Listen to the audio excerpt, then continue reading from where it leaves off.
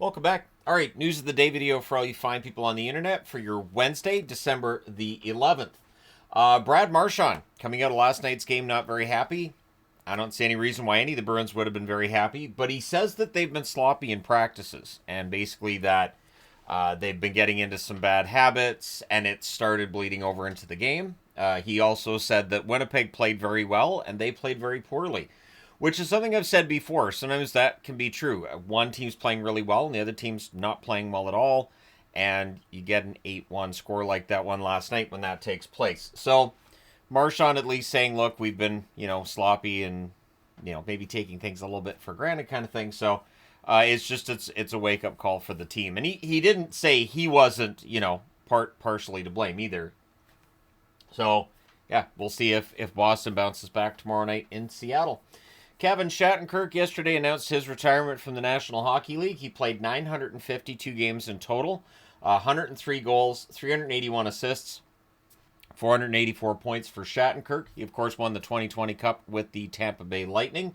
He played for Colorado, St. Louis, Washington, the Rangers, Tampa Bay, Anaheim, and Boston last season, which proves to be his final season in the National Hockey League. Good player, and at some point I'll do a career video on him. So, all the best, Kevin Shattenkirk, in retirement.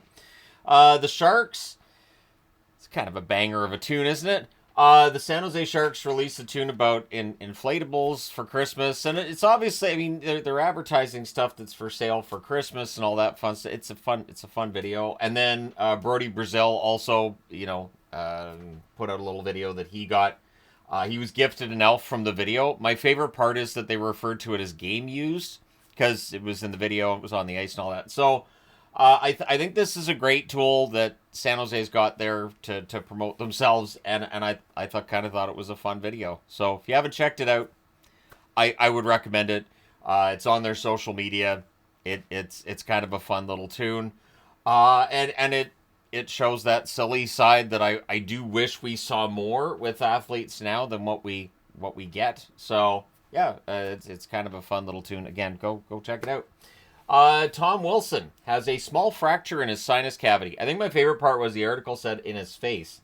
Where else would the sinus cavity be? So he's going to play through it. He's wearing the fishbowl. He says that it does affect your vision a little bit and it can fog up. So that's something you need to keep an eye on.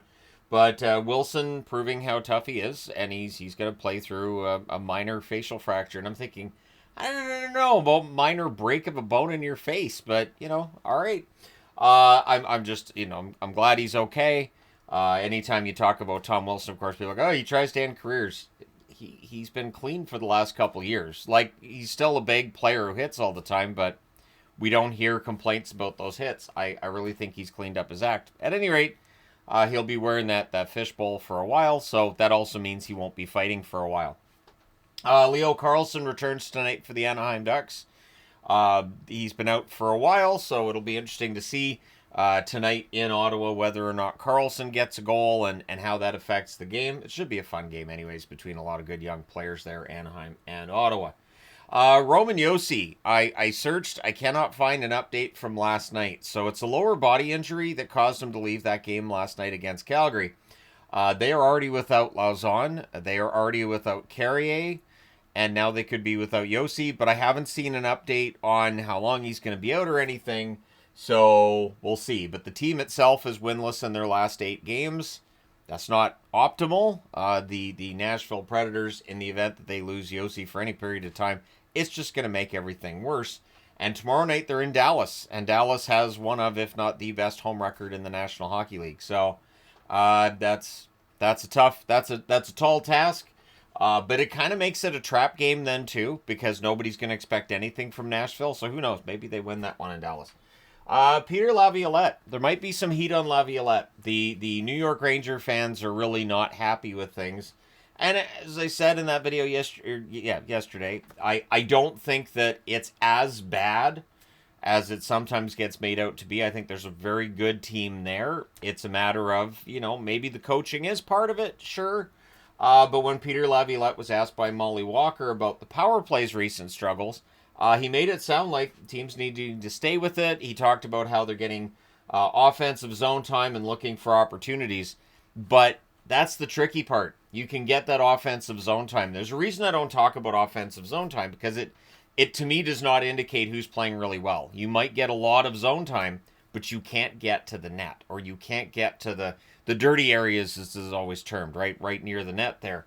So that's what I've seen from the Rangers lately, is that, yeah, they get that zone time, but then you look at the shot clock and you're like, they're not getting the shots through, though, or they're not getting to the net, or, yeah, they got 6 shots, but they're all from the point.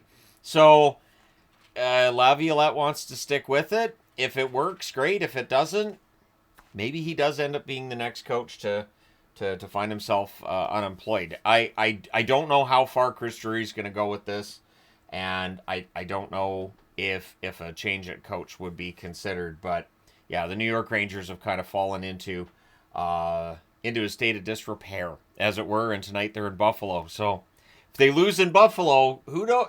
Anything could happen after that.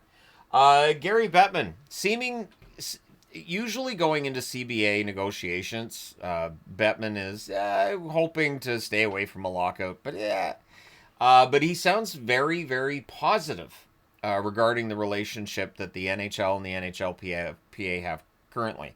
Talks a lot about how cordial the relationship is and how frequently he talks to the head of the NHLPA, Marty Walsh, and by all accounts, it sounds like they want to get this done. The next CBA, he's hoping it gets done as quickly and seamlessly as possible.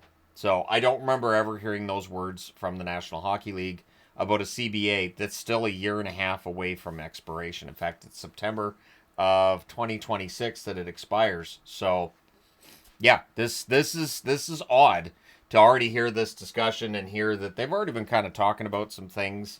So there's good reason to think that this CBA is going to be ratified and extended, which is great for us as hockey fans, right? We don't want to see any kind of lockout or shutdown. So yeah, the faster that gets done, the better. The Toronto Maple Leafs have waived Alex Nylander and Dakota Mermis. Alex Nylander, you kind of saw that coming, and when everybody's coming back, right? And Dakota Mermis hasn't. I mean, he's barely played for them if he's played. I'm trying to remember Mermis in a Toronto game. So either way, they'll probably clear. But the Edmonton Oilers claimed Regula from the Boston Bruins, and I've seen some comments of who is this guy and why. He's a depth defenseman, played in Providence last season. He's coming off of injury. That's why Boston had him on waivers, because they wanted to put him back down in Providence. We'll see if he plays for the Oilers. He's played previously for the Chicago Blackhawks as well. He's purely a depth defenseman. So it's not a game changer that the Oilers pick up Regula. It's just every time I see that name, I think of Regula, because I'm a Star Trek fan, and it's Regula 1. Is, of course, Star Trek II, The Wrath of Khan. Everybody knows that. So, at any rate, yeah, every time I see Regula, I want to say Regula. And I know it's Regula. But if I do lapse at some point and start saying Regula, it's the Star Trek nerd that's saying that. Owner David Bonderman has passed away at age 82. He one of the co-founding owners of the Seattle Kraken. Nice statement released by the National Hockey League on his passing, and my condolences to his friends and his family and anybody who was associated with him. By all accounts, a good guy, and yeah, 82 years of age.